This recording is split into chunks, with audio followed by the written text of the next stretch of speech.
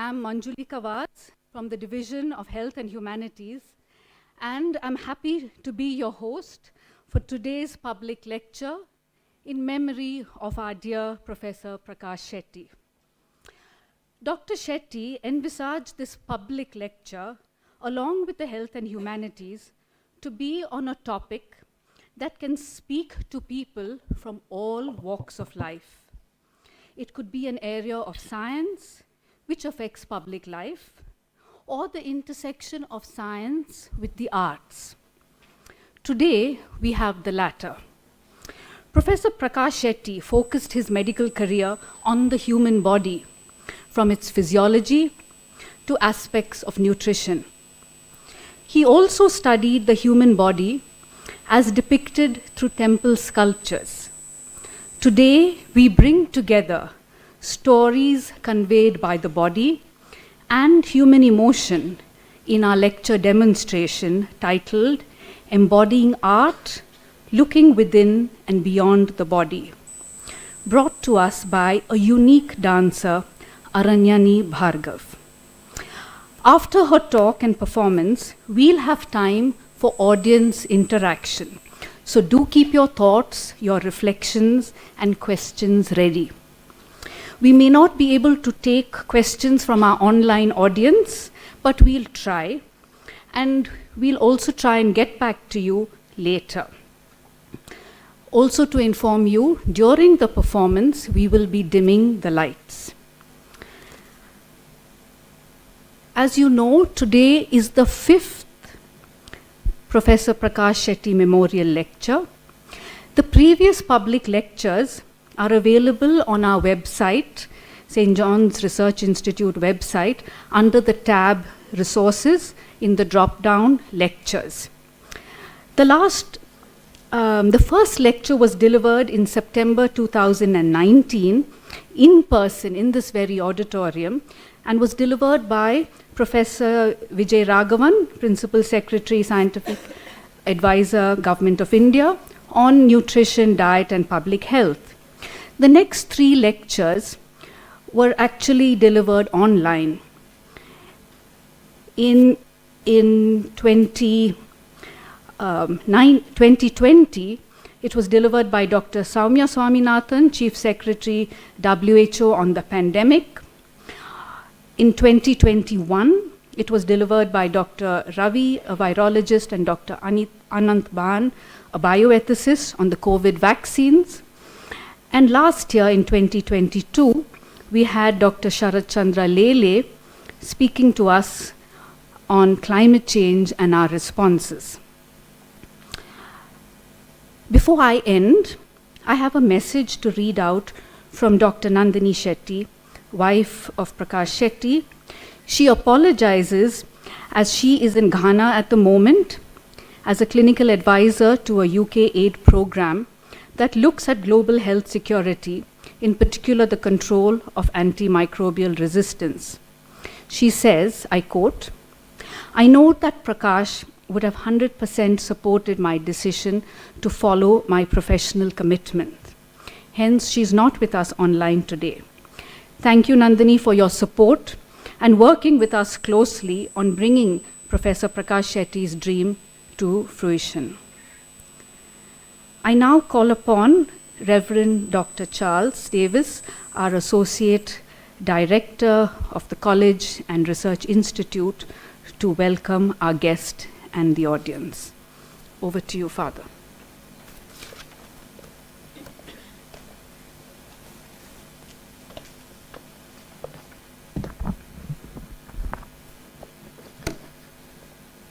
Dear Father Jesudas Rajamanikam, our Director of the St. John's National Academy of Health Sciences, Dr. Tony Raj, Dean, St. John's Research Institute, Dr.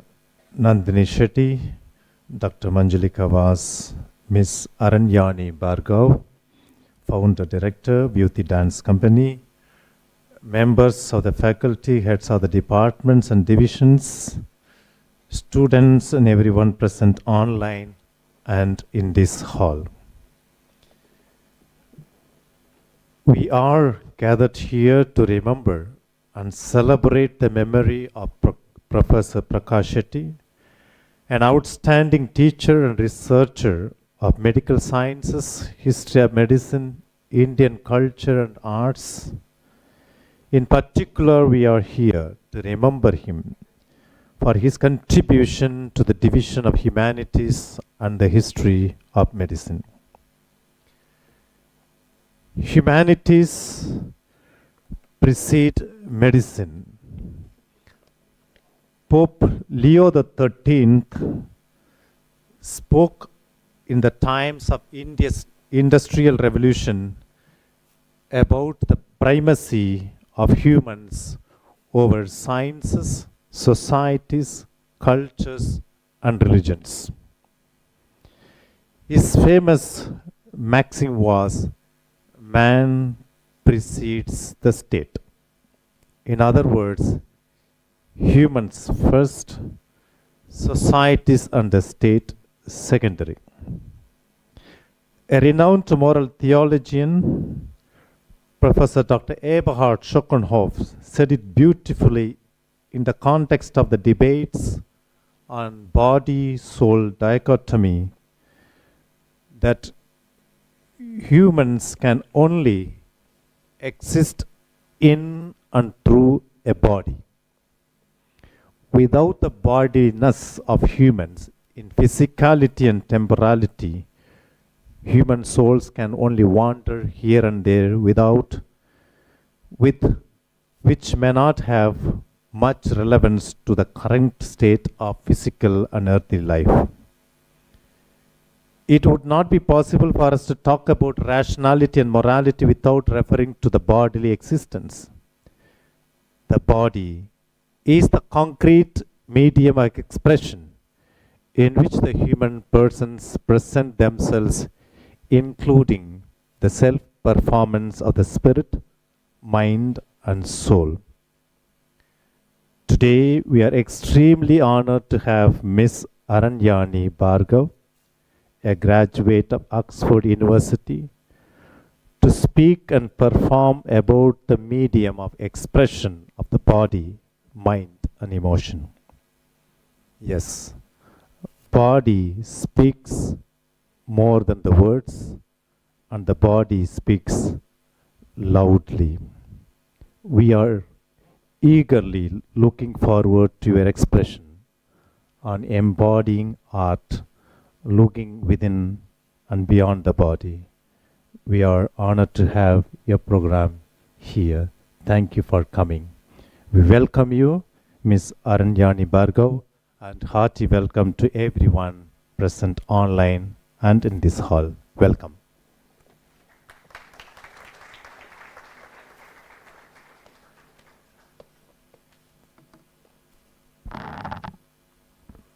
Thank you, Father, for those kind words. I request our director, Reverend Father Jesudas, to please say a few words.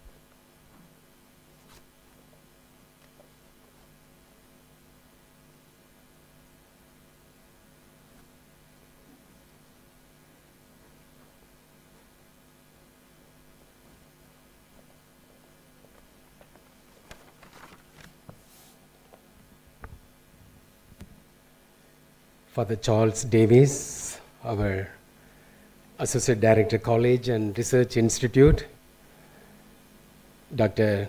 Tony Raj, our Dean of Research Institute, and Dr.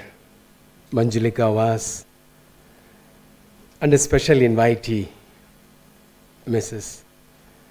Aranyani Bhargav,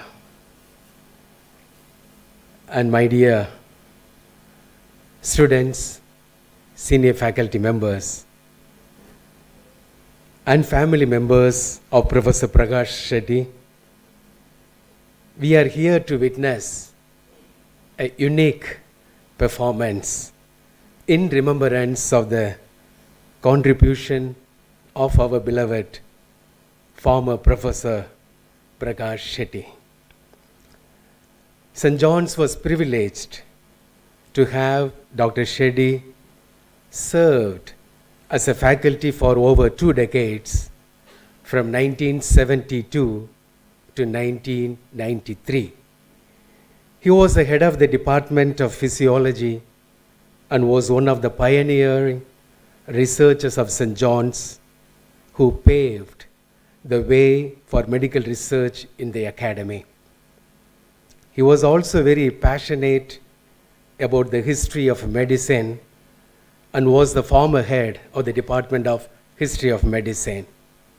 I heard that he was also very interested in understanding the intersection of arts and humanities with the health, and was one of the patrons of the Division of Health and Humanity at St. John's.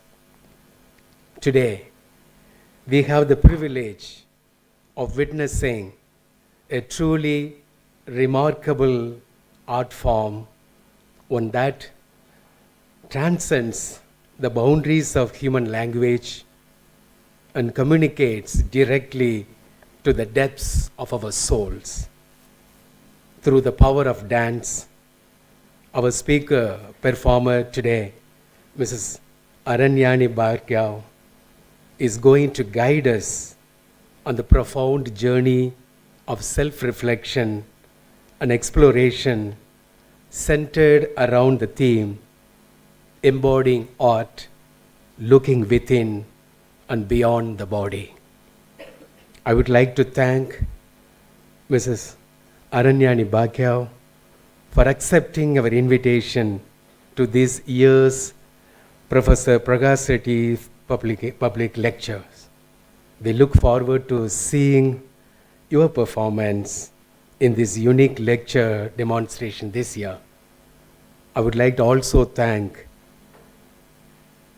Dr. Nandini Shetty, who is watching us from distance, and his family for their continued support to St. John's and for facilitating this lecture in memory of our beloved Professor Shetty. Let us open our hearts and minds to the beauty that is about to unfold before us. Please join me in appreciating and welcoming our extraordinary performer who will transport us into the world of art, where the body becomes a canvas, movement becomes poetry, and dance becomes the language of soul. Thank you and welcome.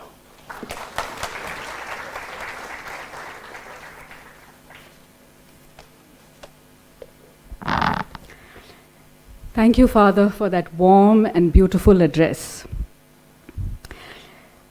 Father, you started remembering Professor Prakash Shetty. To continue paying a tribute to him, I call upon our Dean of the Research Institute, Dr. Tony Raj, who himself is a physiologist and was a student of Dr. Shetty, to pay him a tribute.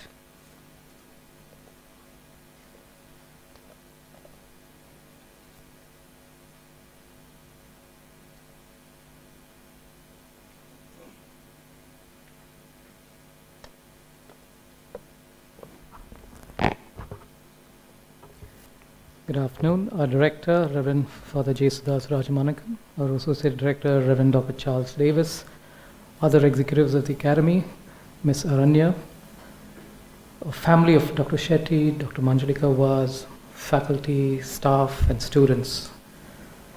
Well, it's a pleasure and privilege to introduce Professor Prakash Shetty, who is an exceptional leader, researcher, and a polymath. Just to share with you, Dr. Prakash Shetty was born on 28 September 1943 and had his early education in Bangalore. And later, he went on to do his undergraduation from CMC Vellore and finished that in 1968, and followed that with an MD from CMC itself in 1972. And in the very same year, he took up a post as Assistant Professor in the Department of Physiology here at St. John's. While he started his career here, he was also very inquisitive and was keen on doing research. So in 1977, he went on to Cambridge, the University of Cambridge, and registered for a PhD at the Dunn Nutrition Center under the mentorship of Professor W.P.T. James. After Cambridge in 1980, Professor Prakash Shetty returned to St. John's and was rapidly promoted to associate professor and then full professor. And very soon he set up what's called the ICMR Nutrition Research Center way back in the early 80s. He's had a long and distinguished career as professor and head of Department of Physiology here at St. John's between 1972 and 1993. And in addition, he was also the director and program coordinator, that's from 1985 to 1993, at the Nutrition Research Center, which was funded by the Indian Council of Medical Research, which he established. It was a first of its kind in a private medical institute having a research center that was focused on nutrition. Professor Prakash Shetty was an exceptional and gifted teacher. I recall when I joined here as an undergraduate in 1987, his lectures were so engaging and interesting that he made it easy to understand difficult physiological concepts. It surely reflected his passion for physiology and his teaching. He transformed the Department of Physiology from a conventional department to a department that not only taught physiology, but was also engaged with research in human nutrition and metabolic physiology. With his passion, he was able to attract several of our alumni and other students to take up research in metabolic physiology and nutrition, many of whom have gone on to become leaders in their own research domains. In the words of some of his mentees, he also had a gift of strong leadership, yet in his strength, he would not hesitate to show his weaknesses, and in turn that made them reflect on their own weaknesses. As a mentor, he was not just admired by his mentees, they just loved him. His research at St. John's was shaped by the interest and expertise that he had gained at the Dunn Nutrition Center at Cambridge. He worked extensively on energy metabolism, particularly energy expenditure, the impact of the autonomic nervous system and responses to undernutrition. And he also developed interests in body composition. In the early years at St. John's, he additionally worked on dietary fiber and transit time, and he was also responsible for a considerable achievement of developing the first the whole body indirect calorimeter in Asia, which is still there in the Department of Physiology. This was funded by the Wellcome Trust in the UK. After almost 22 years of excellent and dedicated service to St. John's, he moved to the United Kingdom in 1993 to take up the chair in human nutrition at the London School of Hygiene and Tropical Medicine. He was perhaps the first Asian to be invited to that position. In 2001, after completing 8 successful years as a professor of nutrition at LSHTM, he then moved on to the Food and Agricultural Organization, the United Nations organization, as Service Chief of Nutrition Planning, Assessment and Evaluation Service under the Food and Nutrition Division. And he served there for 4 years, and later was a professor of public health nutrition at the University of Southampton School of Medicine from 2005 to 2015. He was also the editor-chief of the European Journal of Clinical Nutrition from 2006 to 2011. He continued to be an emeritus professor at Physiology and Nutrition here at St. John's and was a visiting professor at the Division of Health and Humanities right till the end. Even after Professor Prakash Shetty left St. John's, he maintained strong and deep connections with his mentees and with St. John's. And besides facilitating research within the Department of Physiology and the Division of Nutrition, he is also responsible for initiating the Health Informatics Group way back into the year 2000, which has now grown to become the Division of Medical Informatics. And I recall his passion and enthusiasm with which he initiated the collaboration with the London School of Tropical Medicine and Hygiene and a Dutch informatics group in the year 2001. Professor Prakash Shetty was an outstanding scientist, an electrifying, engaging, and passionate teacher, and much more, a loved individual amongst all his peers, students, and mentees. He was fascinated by the history of medicine as seen through the lens of Indian art. He was passionate about engaging the public with the development in the sciences, a word he used in the broadest sense. In summary, he was an outstanding teacher, a researcher, and a polymath spanning basic medical sciences, the history of medicine, philosophy, literature, politics, Indian culture, and the arts. I take this opportunity to thank Dr. Aranyani Shetty and our children for their continued support. Let us celebrate his life today as part of this lecture which he is instituting. Thank you.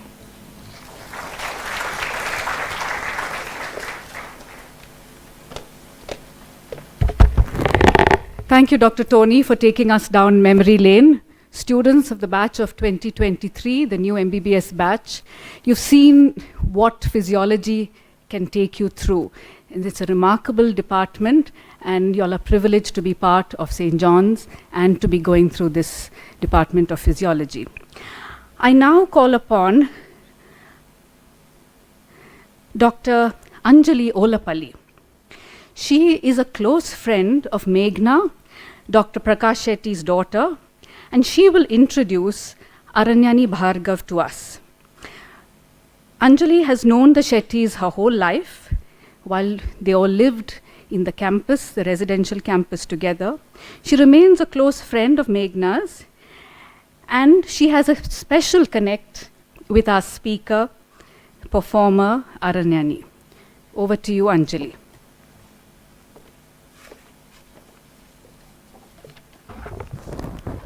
Good afternoon, everyone. It is truly a pleasure to introduce our speaker performer for today, Aranyani Bhargav. Aranyani is a freelance performer, teacher, scholar, and artistic director of Vyuti Dance Company.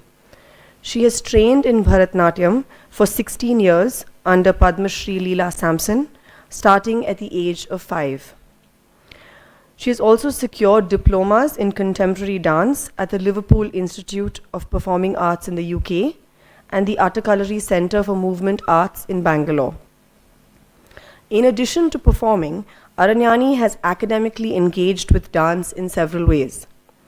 She wrote her master's dissertation in Oxford University on the impact of colonialism, nationalism, and the emergence of the middle class on Bharatnatyam in contemporary India.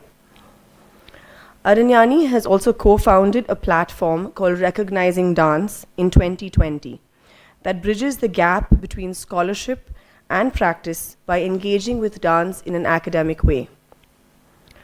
Aranyani founded the Vyuti Dance Company in 2014 as a dance group which explores Bharatnatyam vocabulary in a group format. She is the recipient of the Natya Kala Mani Award in 2014 for her noteworthy contributions to Bharatnatyam. She has showcased her dance and given lecture demonstrations both across India and in many countries around the world. And she continues to work on new productions with Vyuti as well as her solo work. Vyuti has just premiered its latest work, The Endless Mind, in Bombay and Bangalore, and will be presented in other cities in India over the course of the year. So I was introduced to Aranyani's work through two friends of mine who are also wonderful dancers. One of them, Tony Pius, is also a Johnite and was a dancer in Aranyani's group Vyuti. It is very apparent that Aranyani is a phenomenal performer, but a few things really stood out for me. One is how articulate she is, which you will soon see for yourself. I discovered this recently in an online interview where she gave a very insightful perspective on the difficulties and the beauty of conceptualizing and developing the endless mind, alongside raising her toddler son, all in the middle of the pandemic. Another time I was amazed was watching her perform with Vyuti well into her 7th month of pregnancy. There was such a level of comfort and grace that I honestly couldn't take my eyes off her. So please join me in welcoming Aranyani Bhargav. Aranyani, the stage is yours.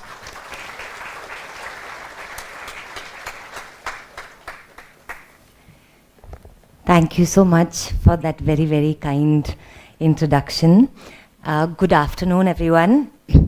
First of all, I'd like to thank all of you who have introduced me over and over again and showered me with compliments and made me feel embarrassed.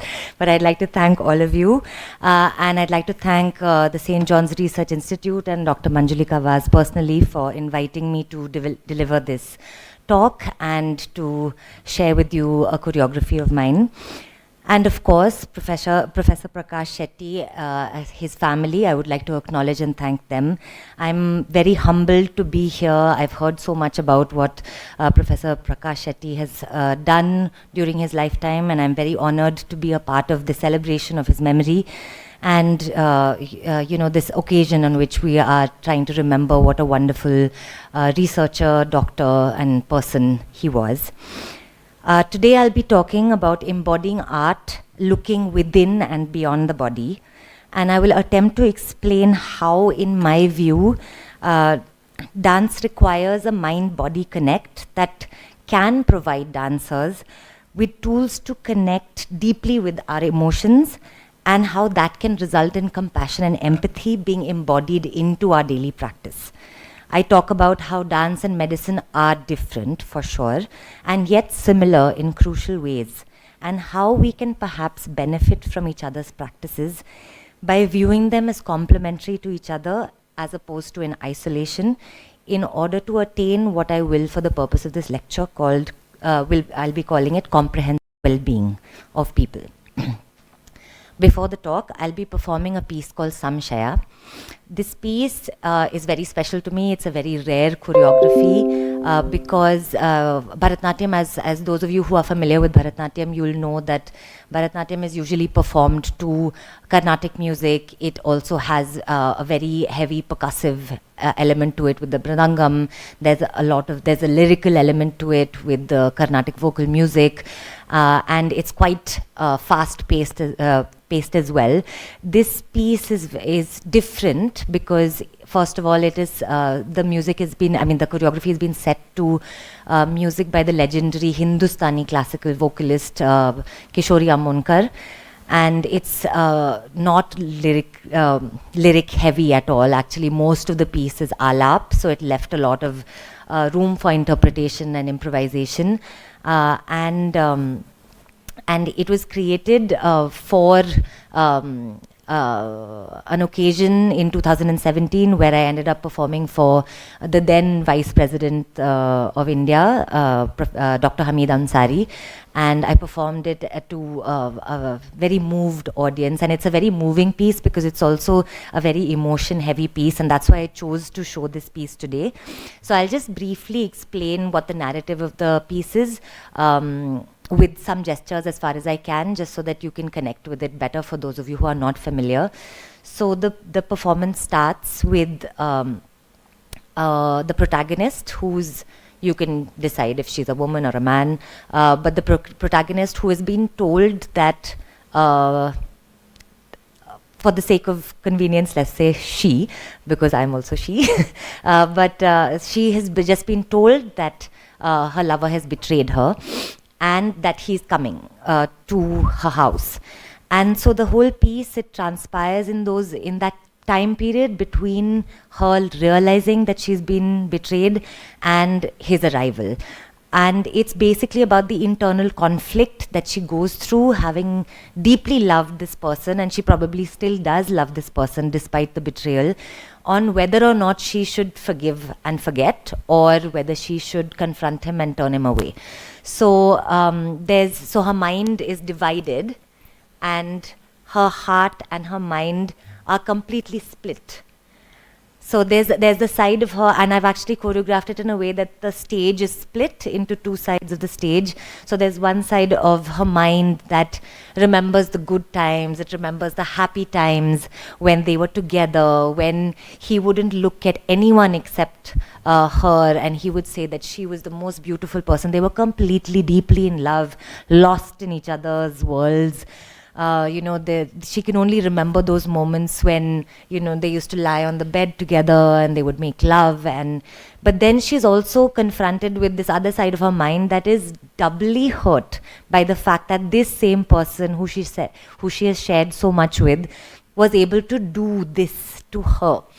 And and she grapples, she's constantly torn, and she talks about how at the time when they were together, those flowers that used to bloom, now they're wilted. The beautiful bees and butterflies that earlier used to give her joy, now she doesn't want to have anything to do with them. The moon, that is quite a symbol of romance, that earlier used to give her so much joy and pleasure, now she just doesn't even want to look at the moon.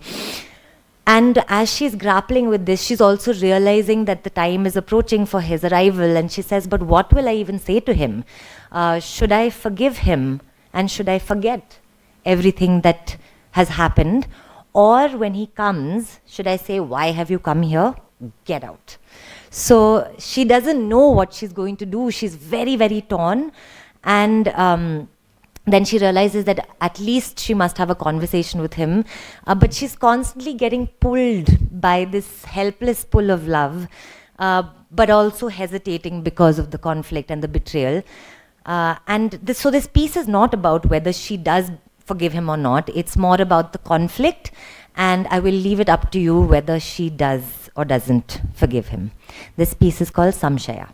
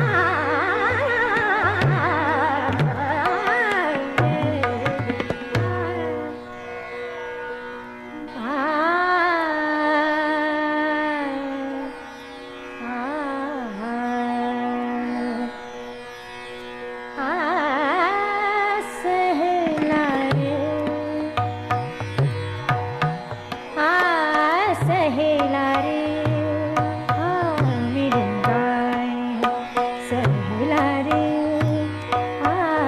मिल गाए सहेला रे मिल गाए सप्त सुरन के वेद सुनाए सहेला रे सहेला रे सहेला रे सहेला रे जन्म जन्म को संगा न भूले अब के मिले सो बिछुड़ा न जाए सहेला रे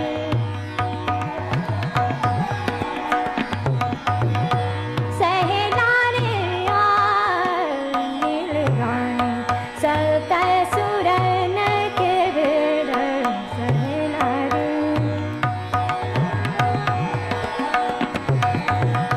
सहेला रे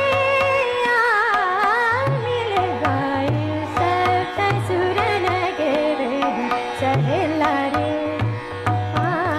मिल गाए सहेला रे सहेला रे मिल गाए सप्त सुरन के वेद सुनाए सहेला रे सहेला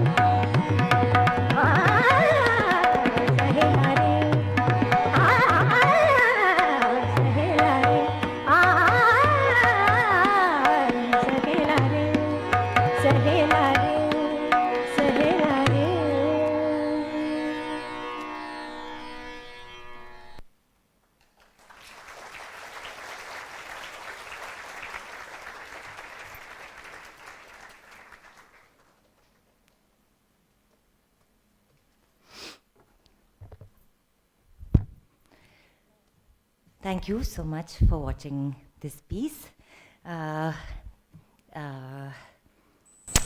We can talk more about this piece once we get to the question answer session.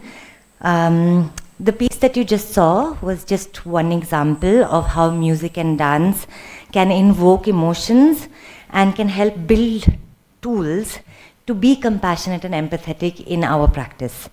This piece was created entirely by listening to the music, and the narrative that was created here was not scribed. It's not there in the lyrics. It's not something that is the well-known narrative. This was just my interpretation from listening to the notes, the mood of the raga, the way that she has sung it.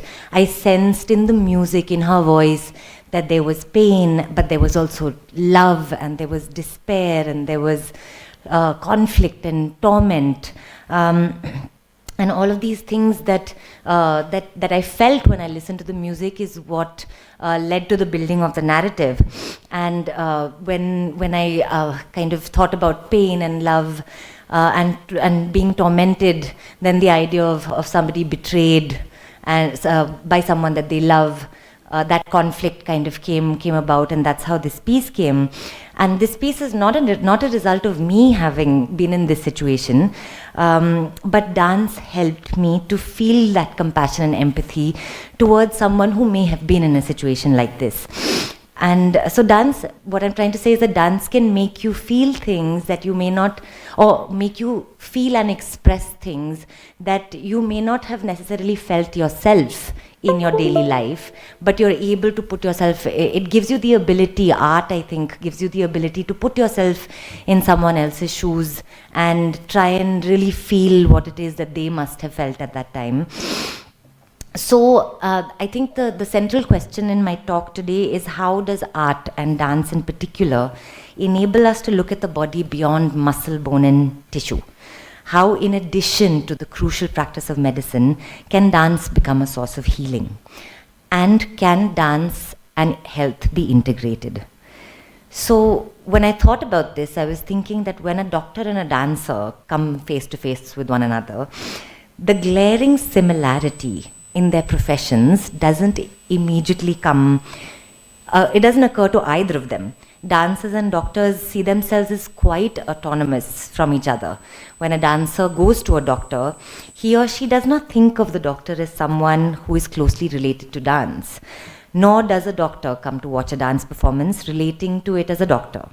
They see themselves as totally different from one another, functioning in completely different realms of daily existence and professional practice.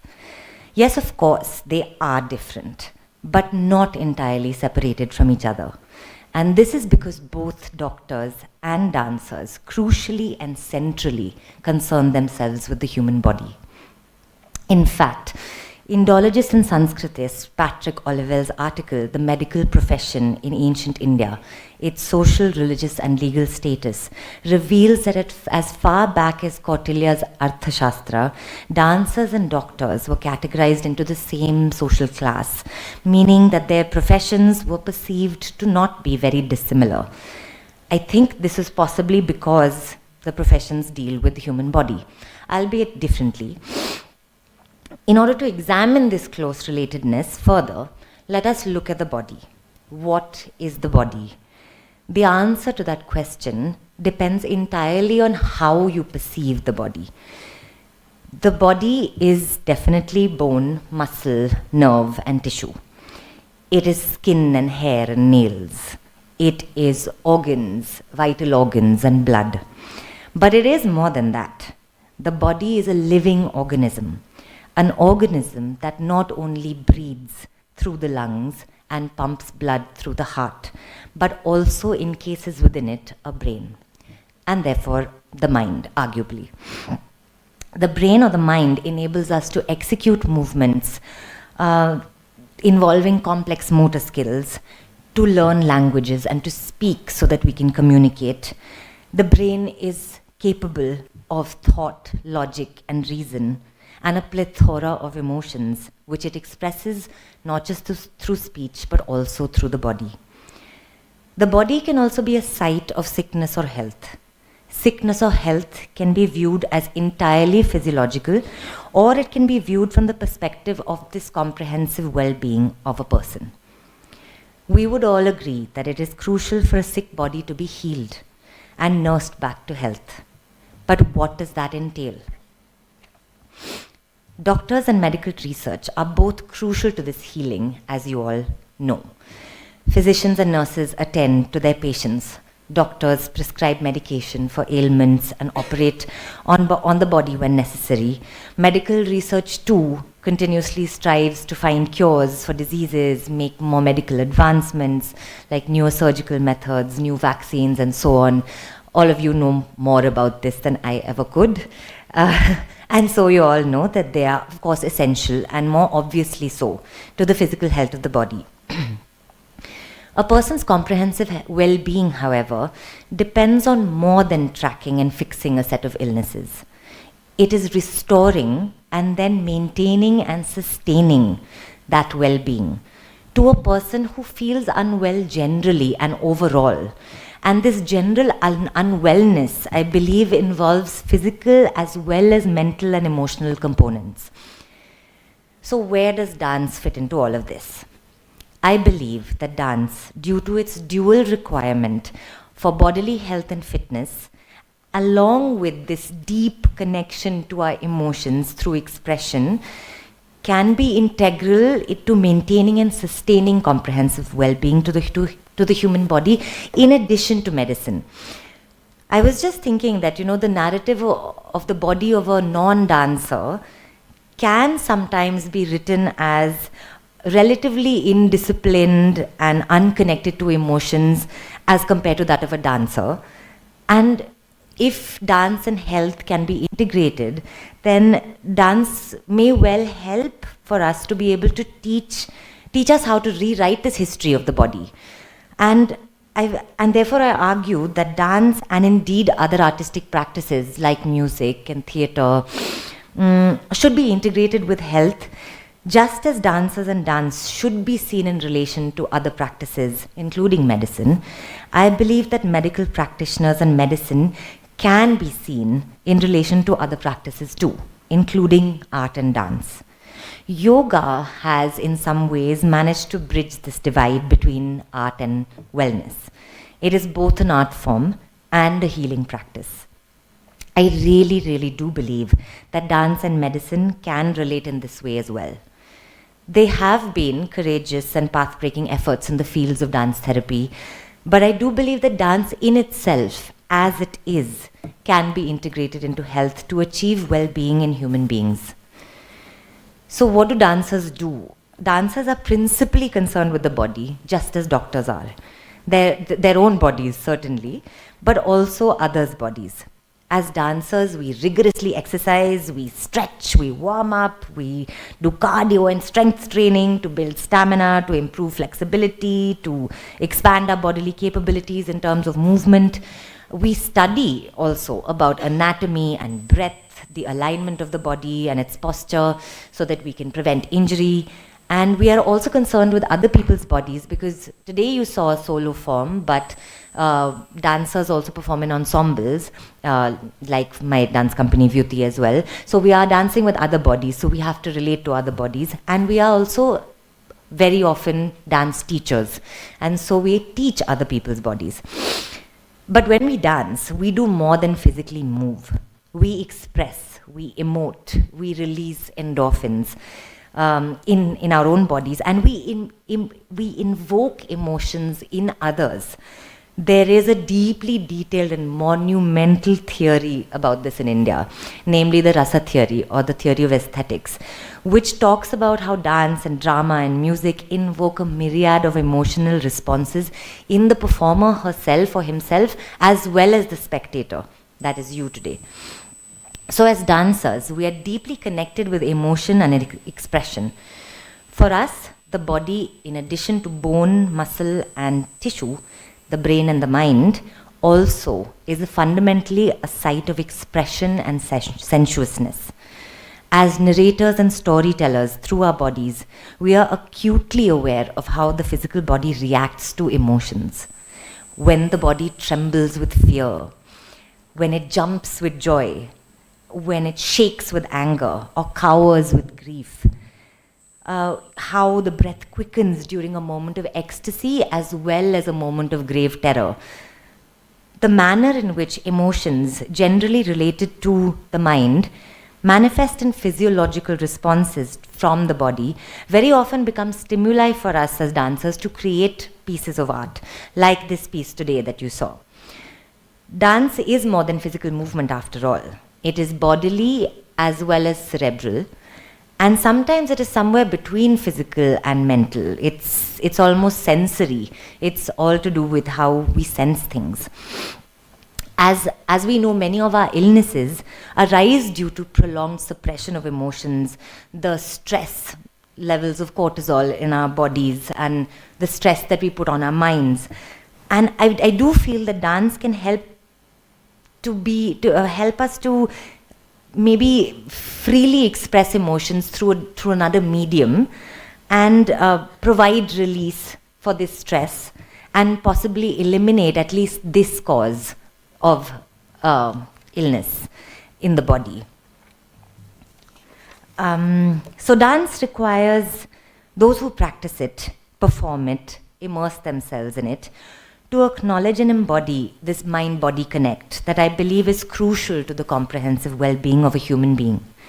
This mind-body connect that art and dance requires enables us to give equal importance to the physical, the sensual, and the cerebral. It enables us to understand the value of physical fitness as well as emotional virtues like kindness, compassion, and empathy. And it enables us to embody it into our daily professional practice.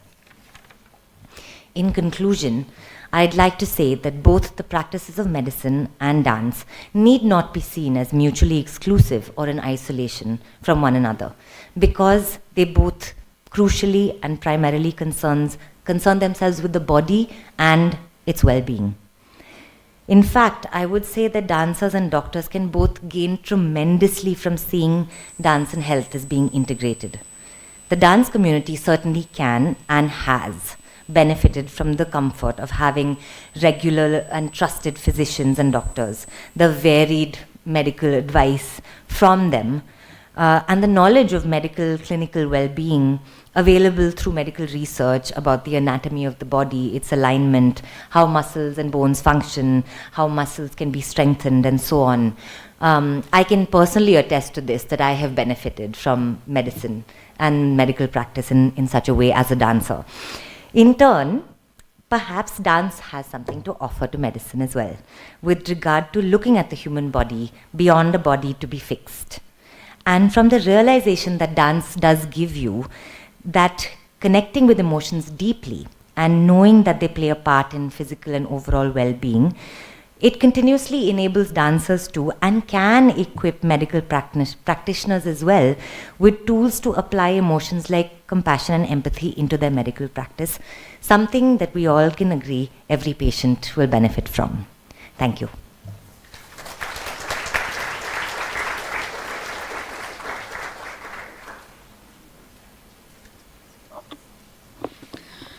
Thank you. Thank you very much, Aranyani.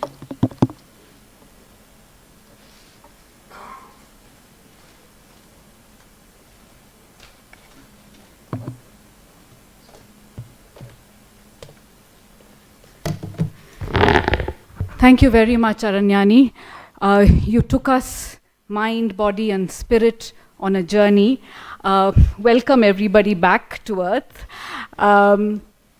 We'd like to kick off a question and answer session. That's the reason I was sitting there, so that Aranyani could continue sitting here. Standing here. I just have one question to start off, and then I'll open it to you. Just to tell the people who are new to the house that you press the button on the mic in front of you, and a red light will come on and you can speak.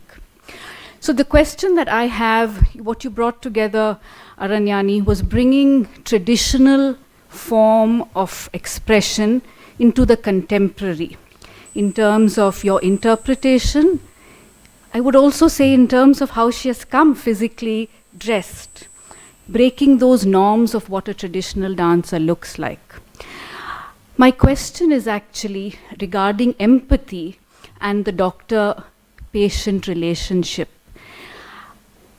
How can you advise the group here who are doctors and mainly the public who are online of how one can read the body when that interaction takes place?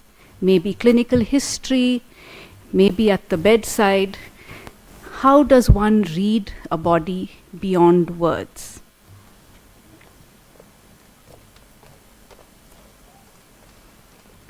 Thank you for that question. So I don't claim to be an expert at all on the body beyond my understanding of it as a dancer and as somebody who considers herself to be a healthy body. But what I would say to, if I understood your question correctly, it was what would I advise to doctors and and medical students perhaps about how to read the body outside of the clinic, or Outside the words that are spoken when you're asking for a medical history. oh, right. Well, I mean, I think I touched upon that a little bit during the lecture as well. But I do believe that it has to. I as a patient of doctors, I would like to know. I would like to be asked why more often. I would like to be asked. Why do you think that you're hurting in this part of your body, or where is the source of this coming from? And I think that also I know that homeopathic doctors do this a lot. You know, they take a very, very detailed history of their patients, and very often when you're filling out those forms, you often wonder, like, well, how is this even relevant to, medicine? They ask questions like, do you prefer hot things or cold things, and do you prefer being warm in the blanket even on a hot summer day? I mean, things that you don't necessarily immediately come to think of in terms of medicine. I mean, in terms of going to a doctor. And what I would really like is for my doctors to spend more time in trying to figure out what the diagnosis was, and in trying to, basically I think that's what, it's not advice, I'm just giving my personal. Thank you. Thank you for that, Aranyani. Open to the floor. Please ask your question or reflection.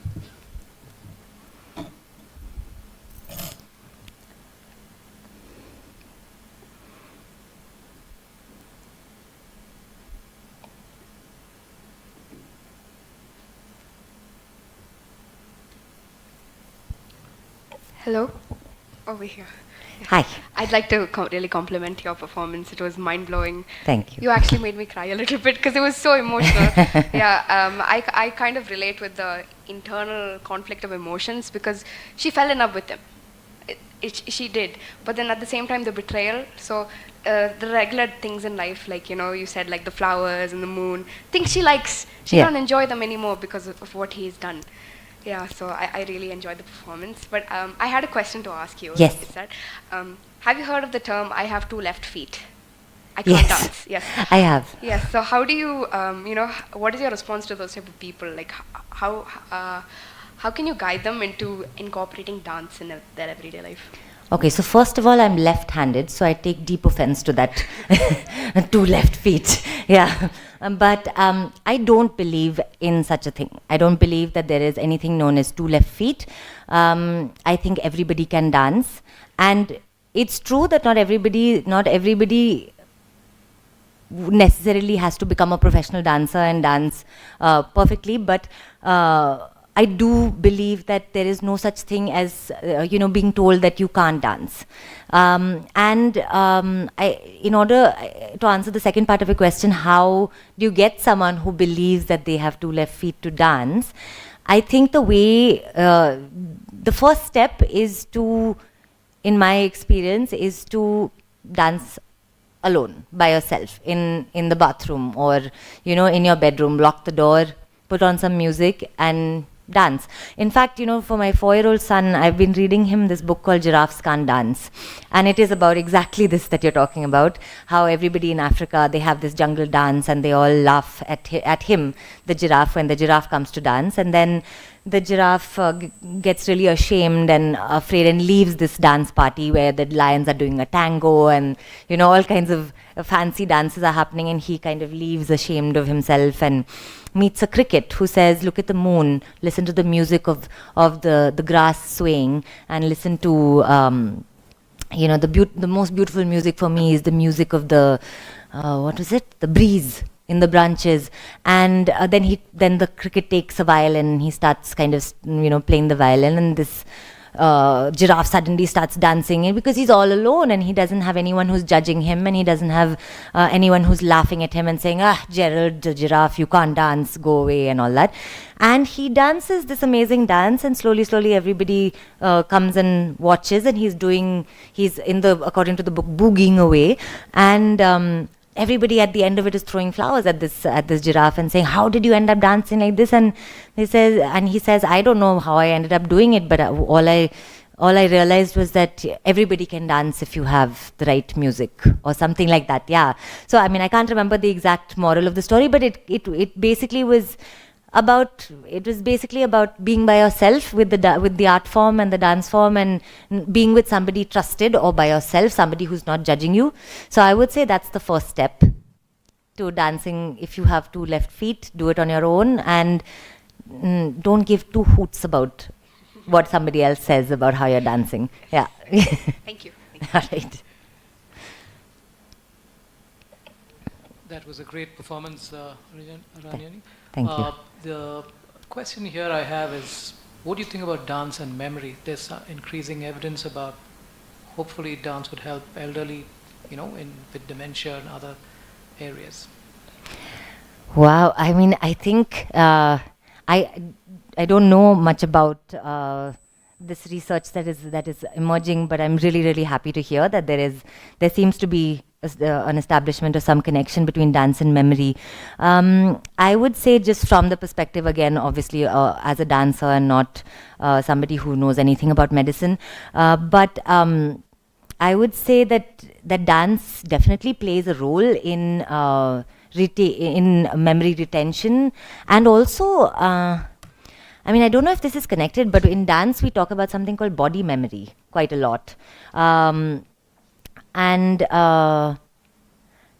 think any sort of physical activity, any sort of movement that requires not just physical activity, but something more than that, I think it does force you to.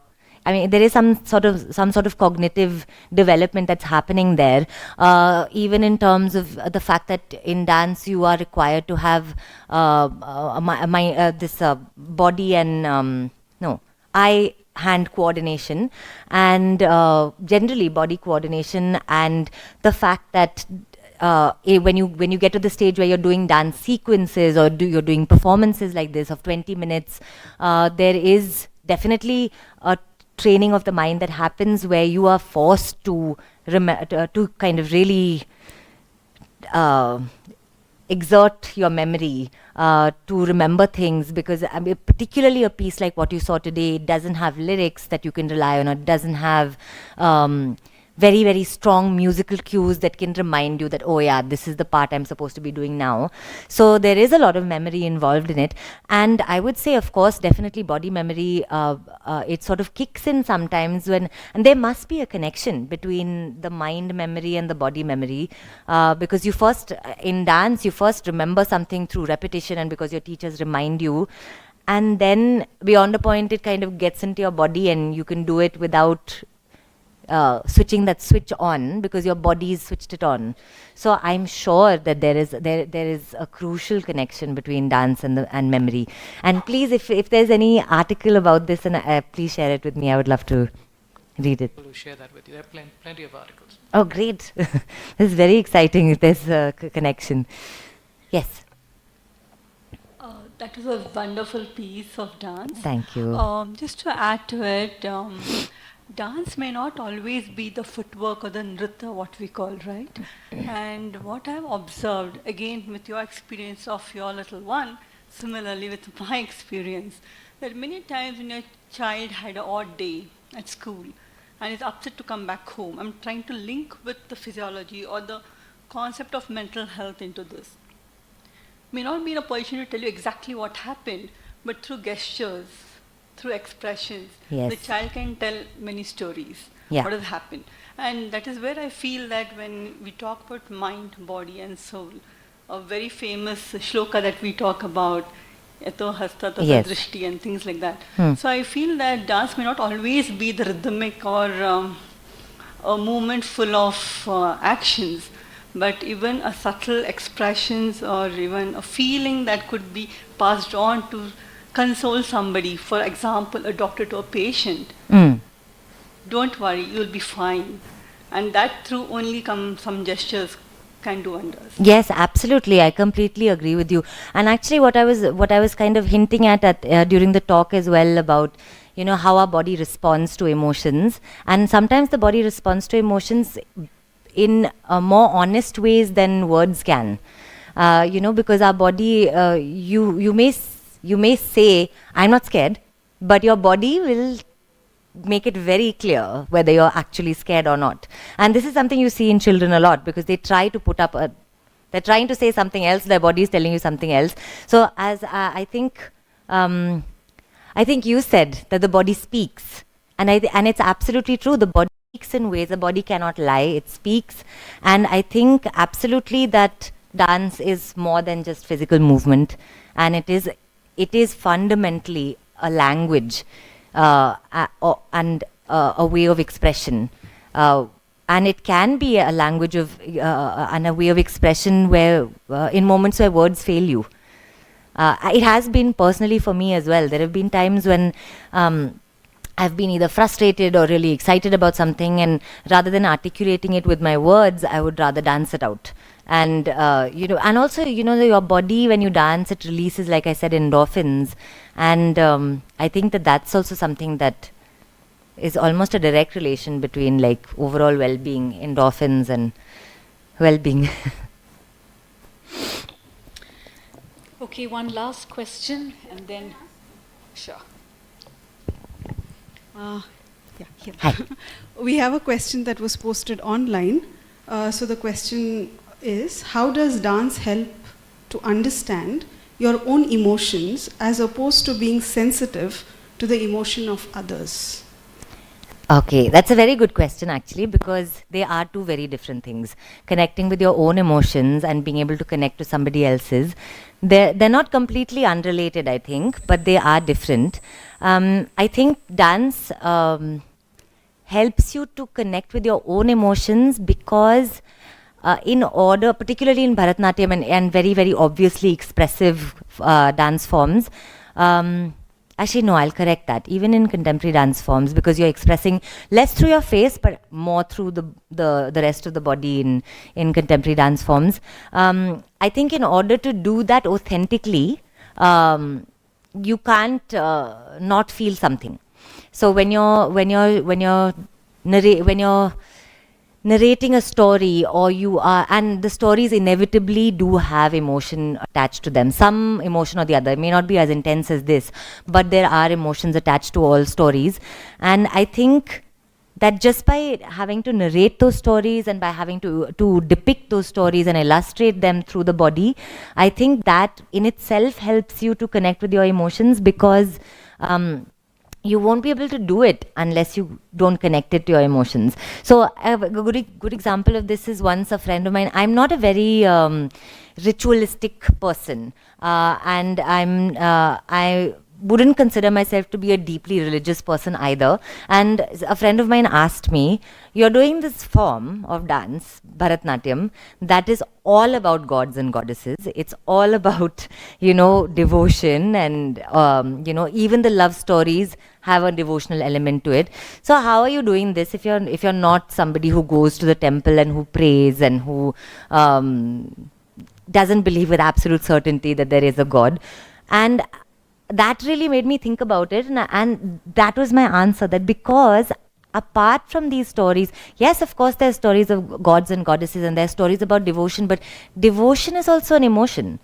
And I may not be able to relate to, or let's say an atheist who, like I'm kind of on the fence about whether God exists or not, and I'm open to the possibility of both. But suppose you take an extreme example of an atheist who absolutely does not believe in God but is doing Bharatnatyam. The way that they would be able, they would be able to relate to it, because you may not relate to devotion to God, but you can relate to devotion to a friend, you can relate to devotion to a sibling, you can relate to devotion to an art form. So that emotion is still relevant, and it transcends all differences. People used to ask me, how is it that you do performances again of the same nature? Do people abroad understand? Do non-Indian people who don't have a contextual understanding of these stories, the mythological stories and all, how do they understand? And again, the answer is emotions. So I think emotions are at the center of dance, and the only way that you can, I think, be a dancer that is able to communicate those emotions to other people is if you actually train yourself to feel them yourself. So I don't know, does that answer your question? Yeah. I mean, answer their question. I hope it does. Yes, I think answering questions is also a journey. So I think at this point, we'll continue the reflection and asking questions in the informal gathering over tea. So thank you, Aranyani, for taking our questions. At this point of time, I'm going to say a big thank you to you and call upon our director and associate director to hand over a small tribute to you. Father Charles and Father Yesudas.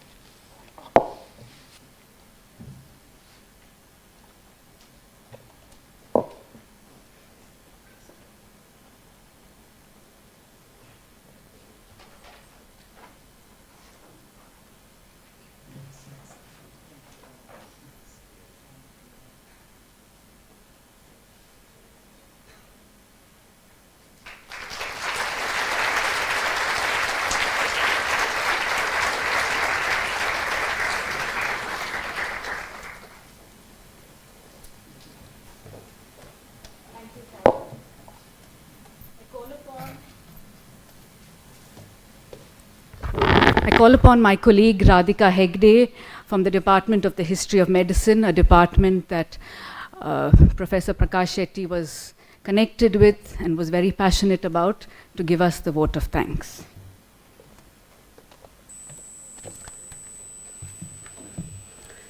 So we've all been just treated with a very insightful lecture demonstration by Ms. Aranyani. Thank you so much. As I stand here today to convey our gratitude, I'm reminded of the inspiring words of an American author, Kurt Vonnegut, and I quote, "Practice any art, no matter how well or badly, not to get money or fame, but to experience becoming, to find out what's inside you, to make your soul grow." Aranyani's presentation today has truly exemplified this sentiment. Before we move forward, we would like to express our sincere appreciation to the family of late Dr. Prakash Shetty. Their generous endowment has made it possible for us to host this remarkable public lecture, which not only enriches our knowledge, but also pays homage to this legacy, to the legacy of a great individual. We are also deeply grateful for the unwavering support we have received from various quarters. Our heartfelt thanks to the management for their unending encouragement and commitment to promoting such intellectual discourse. We extend our gratitude to our director, Reverend Father Yesudas, the Associate Director of College and Research Institute, Dr. Charles David, the Dean of Research Institute, Dr. Tony, and the Dean of the Medical College, Dr. George, for their continuous support in making events like this possible. A special thanks to Dr. Anjali Olapalli, who introduced our speaker today, Dr. Mario Vaz, who is in the International Medical School, Ramaya College, and Dr. Mario Suarez, who is from Perth, who is in Perth, Australia, for helping plan this event. A heartfelt thank you to Mr. Ben from Ben Creations, whose technical expertise ensured that this lecture was accessible to a wider audience through live streaming. We extend our thanks to Nutrition Division and cafeteria staff that has ensured that we are all well nourished. Thanks much to the IT team, Mr. Prakash and Mr. Ali, and the housekeeping staff who helped us in planning and executing this event. Last but not the least, we would like to express our gratitude to all of you, our esteemed guests who are here with us today, and those who have joined us online. Without your support, our efforts would be in vain. Thank you so much once again. You can all join us for tea outside. Thank you.